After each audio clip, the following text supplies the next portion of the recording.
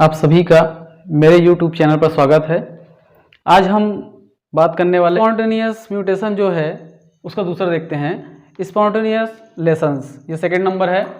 तो DNA damage हो जाते हैं और डीएनए डैमेज होने के कारण स्पॉन्टेनियस लेसन्स म्यूटेशन प्राप्त होता है। तो ये दो प्रकार के होते हैं। पहला होता है डीएमिनेशन, दूसरा होता है डीप्यूरिनेशन एंड डीपैरिमिडिनेशन। इस प्रकार से ये दो प्रकार के होते हैं। तो हम पहला देखते हैं डीएमिनेशन। तो डीएमिनेशन कैसे होते हैं? इसमें एमिनो ग्रुप का रिमूव हो जाता है। एमिनो ग्रुप जो है वो रिमूव हो जाते हैं और रिमूव होने के कारण उनमें म्यूटेशन जनरेट होता है। अब यहाँ पास मेरे स्ट्रक्चर में ये साइटोसिन है। तो साइटोसिन में इस पोजीशन पर यहाँ पास देखिए ये है एमिनो ग्रुप। तो ये एमिनो फॉर्म में है। तो जब ऐड करते हैं OH को, तो जब OH ऐड होगा, ऐड होने के कारण यहाँ ये रिएक्शन करेगा और वो NH3 के फॉर्म में NH3 यानी कि एमिनो जो ग्रुप है वो बाहर निकल जाएगा और यहाँ पास आकर के अटैच हो जाएंगे O। इस प्रकार से ये कीटो फॉर्म में कन्वर्ट हो जाएगा। तो ये जो है वो यूरेसिल में कन्वर्ट हो जाएंगे। तो पहले साइटोसिन अलग था, इनका काम अलग था, वो किस में कन्वर्ट हो रहा है? यूरेसिल में।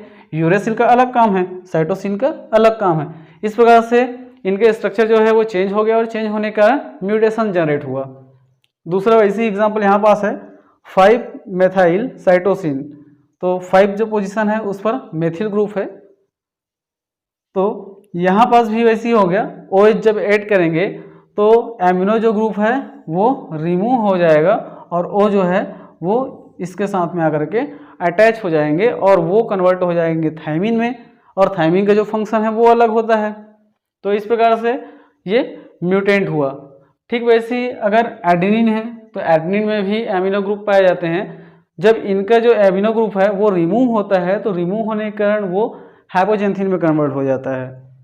नेक्स्ट ग्वानिन है। तो ग्वानिन में जब एमिनो जो ग्रुप है वो रिमूव होगा तो रिमूव होने के कारण वो जैंथिन में कन्वर्ट हो जाएंगे। अब दूसरा डीप्यूरिनेशन एंड डीपैरिमिडिनेशन।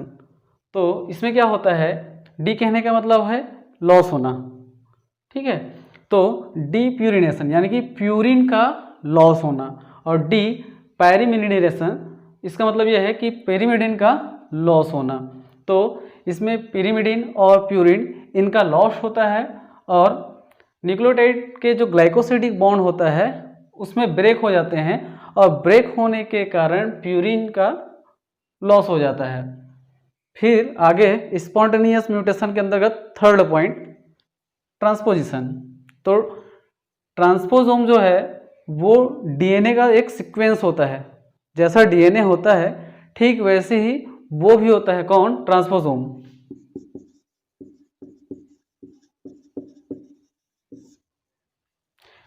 अब ये इनमें ये एबिलिटी होता है कि ये डीएनए में कोई भी जगह जा करके वो इंसर्ट हो जाता है। जैसे ये डीएनए है, डबल स्ट्रैंड डीएनए।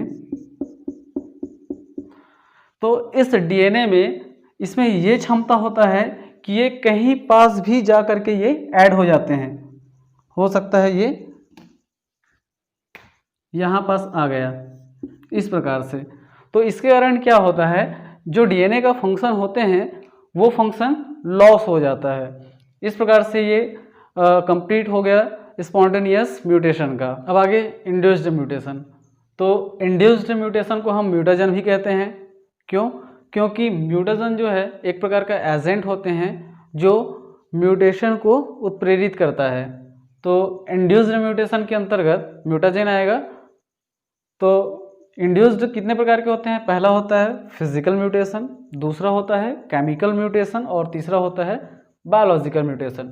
इस प्रकार के 3 प्रकार के इंड्यूस्ड म्यूटेशन होते हैं। फिजिकल म्यूटेशन में एक्सरे है, गामा रे है, हीट है, इनके कारण होने वाले म्यूटेशन आते हैं फिजिकल म्यूटेशन में। केमिकल में क्या आएगा? डीएमिनेटिंग एजेंट है, डीप्यूरिन एजेंट है, या डीपेरिमिडिन एजेंट है, या ऑक्सीडेटिव एजेंट है, बेस एनालॉग है। इनके कारण जो म्यूटेशन होते हैं वो केमिकल म्यूटेशन के अंतर्गत आता है। बायोलॉजिकल म्यूटेशन, तो बायोलॉजिकल म्यूटेशन के अंतर्गत वायरस है, ट्रांसपोसोम है, ये आता है। तो अब हम एक एक करके स्टेप बाय स्टेप देखते हैं। अब पहला फिजिकल म्यूटेशन। तो फिजिकल म्यूटेशन में दो प्रकार के आते हैं। पहला आता है आयनाइजेबल और दूसरा नॉन आयनाइजेबल। तो आयनाइजेबल के अंतर्गत एक्सरे आते हैं, गामा रे आता है और हीट आता है।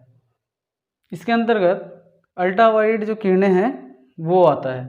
तो मैं एक एक एग्जांपल बता रहा हूँ। यहाँ से हीट, अगर हम डीएनए को हीट करेंगे तो क्या होता है कि डीएनए जो है वो टूट जाते हैं। तो यहाँ पास ये एटीपी है। जब हम इसको गर्म करेंगे तो गर्म करने के बाद में यहाँ का जो ग्लाइकोसिडिक बॉन्ड रहता है वो टूट जाता है, ब्रेक हो जाते हैं और ये अलग हो जाता है और ये अलग हो जाते हैं। इस प्रकार से इसमें क्या होता है, म्यूटेशन क्रिएट होता है। दूसरा नॉन आयनाइजेबल के अंतर्गत अल्ट्रावायलेट किरणें हैं।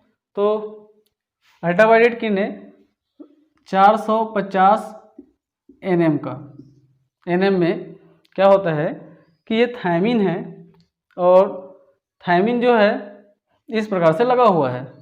तो जब अल्ट्रावायलेट जब किरणें हैं 450 nm में, ये जब इसमें पड़ते हैं तो 5वां नंबर और 6वां नंबर ये जो दोनों हैं आपस में जुड़ जाता है। इस प्रकार से ये डाइमर का निर्माण करते हैं। इस प्रकार से थायमिन्स जो है अल्ट्रावायलेट की उपस्थिति में थायमिन डाइमर का निर्माण करता है, जिसके कारण ये जो है वो म्यूटेंट हो जाता है। ठीक वैसे ही यहाँ पर साइटोसिन है। साइटोसिन में जब अल्ट्रावायलेट किरणें पड़ती है ऐड वाटर, जब वाटर ऐड करने पर आगे क्या होगा कि 5वां नंबर पर यहाँ पास OH आ जाएगा और 6वां नंबर में CH2, यहाँ से H2O ऐड हुआ है। तो अल्ट्रावायलेट किरणें पड़ने पर साइटोसिन में वो कन्वर्ट हो जाता है साइटोसिन हाइड्रेट में। अब साइटोसिन जो काम कर रहा था अब यहाँ काम नहीं करेगा क्योंकि ये म्यूटेंट हो चुका है। नेक्स्ट है केमिकल म्यूटेशन। तो केमिकल म्यूटेशन में पहला है बेस एनालॉग। तो बेस एनालॉग में हमको पता है कि थायमिन जो है वो एडेनिन के साथ में बेस पेयर करता है और एडेनिन जो है वो किसके साथ में, थायमिन के साथ में। इस प्रकार से ये बेस पेयर करते हैं। लेकिन 5-ब्रोमोयूरासिल ये जो है जब हम इसको ऐड करते हैं तो ये जो है वो थायमिन के समान काम करता है। ये थायमिन से समांतर शो करते हैं, इसीलिए अब ये आगे जो है वो ग्वानिन के साथ में बेस पेयर करेगा। तो थायमिन जब हम ये ऐड करेंगे तो वो आगे इस ग्वानिन के साथ में बेस पेयर करने लग जाएंगे। ठीक वैसे ही यहाँ पास ये जो एडेनिन है वो थायमिन के साथ में बेस पेयर करता है, लेकिन जब हम उसमें 2-एमिनो प्यूरिन जब ऐड करेंगे तो उस कंडीशन में ये साइटोसिन के साथ में बेस पेयर करने लग जाएगा। आगे फिर इसका रेप्लिकेशन होंगे और जो नेक्स्ट हमको डीएनए मिलेगा वो म्यूटेंट टाइप्ड मिलेगा। जैसे एग्जांपल के लिए ये जो है वो डबल स्ट्रैंड डीएनए है और इस डबल स्ट्रैंड डीएनए में हम 5-ब्रोमोयूरासिल हम ऐड कर रहे हैं। तो उस जगह में यहाँ पास ऐड कर दिए।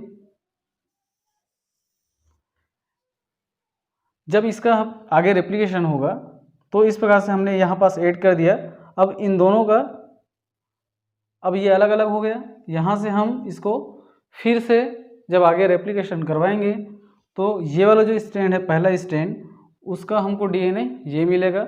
दूसरा वाला जो स्ट्रैंड है वो हमको इस प्रकार से मिलेंगे। तो हमको पता है कि 5-ब्रोमोयूरासिल किसके साथ में बेस पेयर करता है, ग्वानिन के साथ में। यहाँ पास में बता दिया था कि 5-ब्रोमोयूरासिल जो है वो थायमिन से समांतर रखते हैं और ग्वानिन के साथ में बेस पेयर करता है। अब आगे हम जहाँ पास ब्रोमोयूरासिल है वहाँ पास वाले का फिर से जब आगे रेप्लिकेशन करवाएंगे तो इस टाइप से हमको फर्स्ट वाला जो स्ट्रैंड है उसका हमको ये मिलेगा, सेकंड वाला जो स्ट्रैंड है हमको ये मिलेगा। तो ये वाला जो डीएनए है वो पेरेंट के साथ मैच कर रहा है? नहीं कर रहा है। फिर आगे जहाँ पास हमको ब्रोमो यूरेसिल मिलता है, हम आगे उनका और रेप्लिकेशन करवाते जाएंगे। अब ये वाला पहला में ये मिला था, दूसरा में ये मिला है, तो पहला वाला का जो डीएनए है उसका फिर से जब रेप्लिकेशन करवाएंगे तो ये नॉर्मल मिलेगा, ये भी नॉर्मल मिलेगा, ये जो है वो पेरेंट के समान मैच कर रहा है। लेकिन जहाँ जहाँ ब्रोमो यूरेसिल है वहाँ वहाँ जैसे जैसे हम आगे रेप्लिकेशन करवाते जाएंगे हमको न्यू डीएनए मिलता जाएगा। इस प्रकार से आगे क्या होगा, हमको म्यूटेटेड टाइप्ड डीएनए मिलेगा। अब आगे डीएमिनेटिंग एजेंट। तो डीएमिनेटिंग एजेंट में क्या होते हैं कि एमिनो ग्रुप का रिमूव होना, जो बेस है नाइट्रोजिनस बेस, वहाँ से एमिनो जो ग्रुप है उनका रिमूव हो जाते हैं। इसको हम पॉइंट म्यूटेशन भी कह सकते हैं।